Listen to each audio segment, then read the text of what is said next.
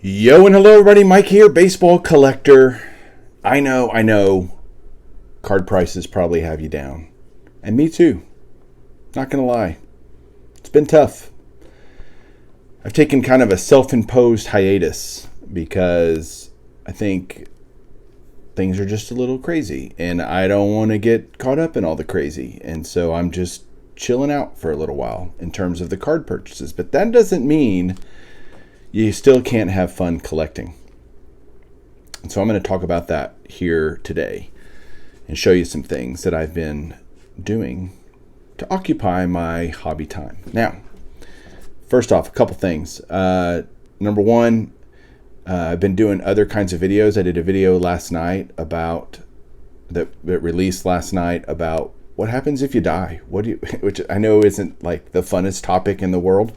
Who wants to think about it? But it's going to happen to all of us. And so I did a video where talking about kind of just some steps people should take in making a plan. And so I posted that last night on Bench Clear. And we're going to start this series on Bench Clear called Bench Clear University, which I know is a cheesy name, but it's kind of catchy.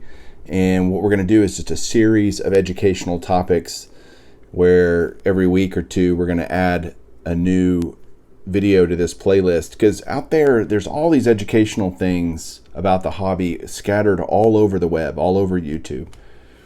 There's nothing we're probably going to be doing that hasn't been done before, but hopefully by putting it in one place, all these different videos, people can use it as a resource. New people in the hobby, old people just wanting to learn something in the hobby like myself. And so anyway, that's going to be happening. So I did that one yesterday. On this week, I'm going to be doing one on insurance for your collection. I know several people have done videos on that, but I'm actually going to have an interview with someone from Collectibles Insurance Services, which is Collect Insure is kind of what I call them, but that'll be really cool. So let me know down below what questions you'd want to know about collectibles insurance, and I will make sure and try to ask them on the video, so on the interview. So anyway, that'll drop probably early next week. I'll be able to do that. Second thing is I did the second episode of Golden Age of Cardboard podcast. Thank you guys for all the great responses and the positive comments on the first episode last week with me and Andy. This week it should be either tomorrow or Thursday. Yeah, that'll drop tomorrow or Thursday. And it's going to be on living legends. It's a great topic given what's happened recently with Lou Brock passing away and Tom Seaver. And our guest on the episode is none other than the cardboard oracle himself, Eric Those Back Pages. So it was a really fun episode. Really enjoyed it. So make sure to tune in for that. It should be on all the podcast network things, whatever those things are called, as well as here on YouTube. So anyway, so what have I been doing with my time since I've kind of taken this self-imposed hiatus from buying cards? Well, I have another love besides cards. I have several loves: golf, guns, and comic books. And I know this is a sports card channel, but go with me for a second. So I collect Amazing Spider-Man, and there are so many different comic books to collect, just like there are sports cards. But I'm an Amazing Spider-Man guy. It's kind of like being a fan of the Yankees. You know, he's just been around for a long time. Pretty much everybody loves Spider-Man. And so for Spider-Man, there are close to 2,000 issues of Spider-Man. Now they're on issue number 849, comes out tomorrow. This is a quick education for you guys. But just like baseball cards, for comic books there are variant covers. It's kind of like a parallel for sports cards. Gold and silver and all these different colors that you might have parallels for baseball cards. For comic books, they have variant covers, and each issue has different numbers of variants that might be there. If it's a key issue, it might have 50 variants. If it's a run-of-the-mill issue, a normal issue, it might have 4 or 5. And so you can get the base think of like flagship, you get the base issue of the comic book and then other variants. And the variants are short printed. Some of them are actually numbered. Some of them are just, they're kind of like 1 out of 50. So like 1 out of 50 covers is this variant. So depending on the print run would determine kind of how many of that variant there are.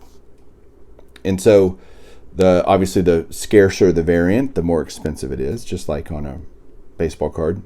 Typically, a base comic book costs $3.99, so you're paying $4 at your local comic shop for the comic. And so I have a subscription for Amazing Spider-Man at my local comic shop, so I basically just go pick it up whenever I want. They pull the regular one and any of the variants that they have for me, and I just go buy them every so often. But I've been picking up a lot of comic books because it's not a world or a place that's gone just crazy price-wise. And again, it's something I really have a lot of passion for. So again, 2,000 different Spider-Man comics, of which I have over 1,100 of them already. And then if you just think of the flagship, like just the base comic books, again, like I said, tomorrow's $8.49. I only need like 75 of them. It's crazy. Whole cabinet right over there full of Spider-Man comic books. And so I'm really just kind of working on a project. I just decided to go look for comics. It's just as fun.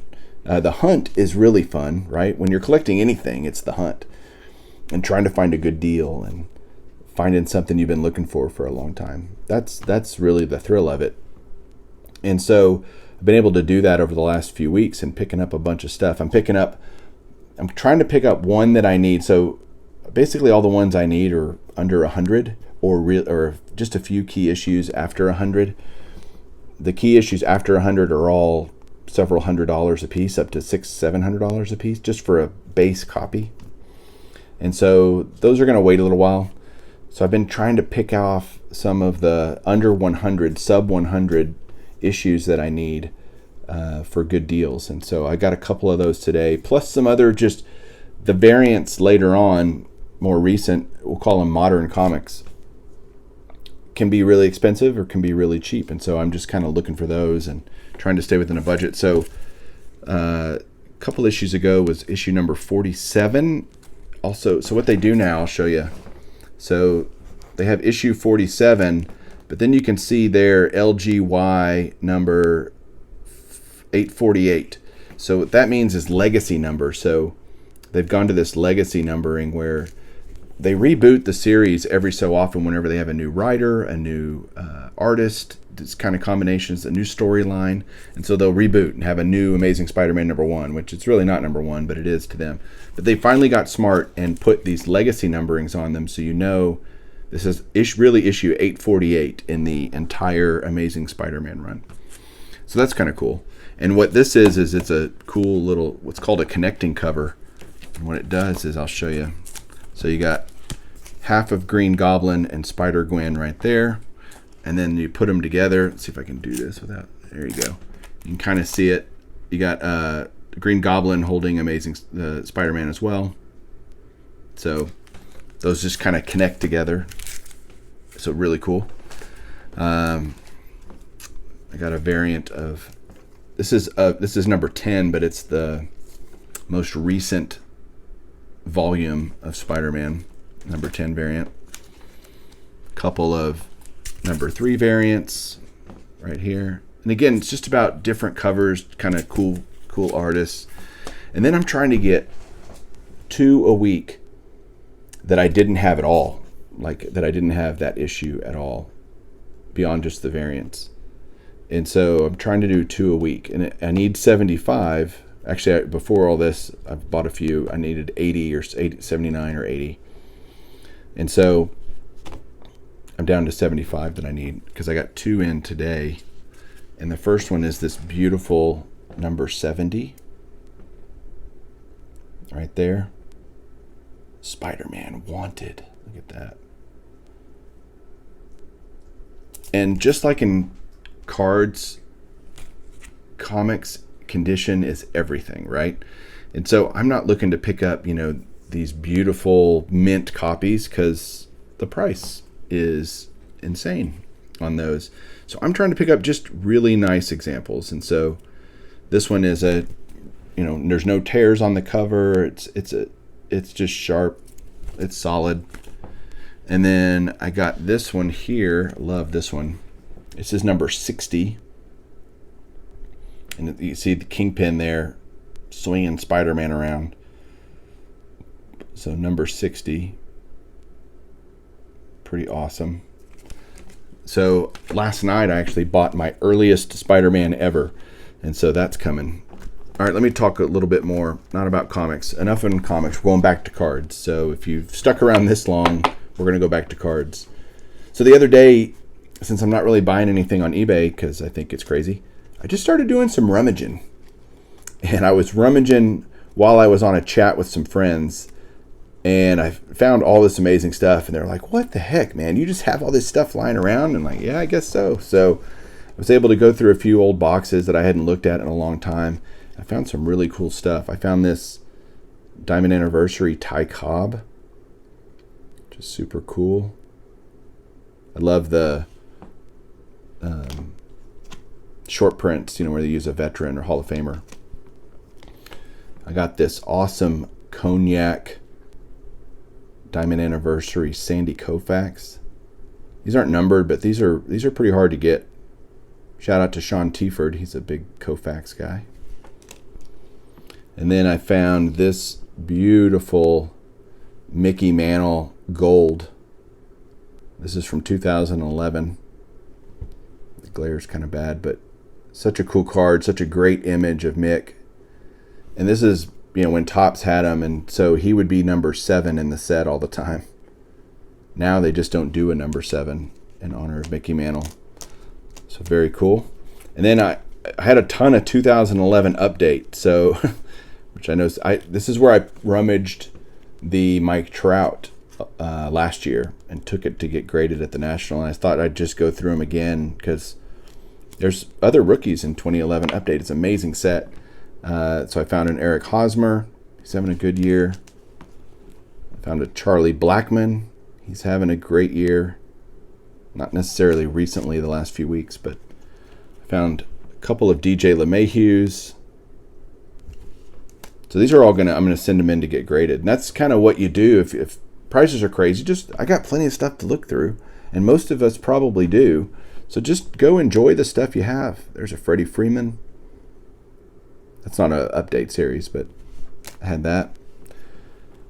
I had this card. This card in a 10 is crazy expensive. This Harper rookie from Heritage, because it's a high number, and I have the whole high number set. I found a very cool Mike Trout Prism. I found a Mike Trout 2013 Ginter. So early Trout Ginter, and then I found his 2012 Topps Heritage as well. That's not a cheap card either. So just rummaging around, found all that cool stuff. So there you go, man. So that's what you can do. You can either switch to another type of hobby if you want to take a break and you're just over all the prices. I'm kind of over it, so I'm just kind of letting it all settle out. And or you can go rummage and then send some cards in to get graded and see what happens. So there you go, guys. That's what's going on with me. So thanks so much for checking this video out. Make sure you watch the, if you want to, go watch the old video I did yesterday. The video I did yesterday about what happens if you die, and then make sure you check out the Golden Age of Cardboard podcast with Andy and Eric, those back pages. So thanks, guys, for tuning in. We'll talk to you soon. Keep collecting.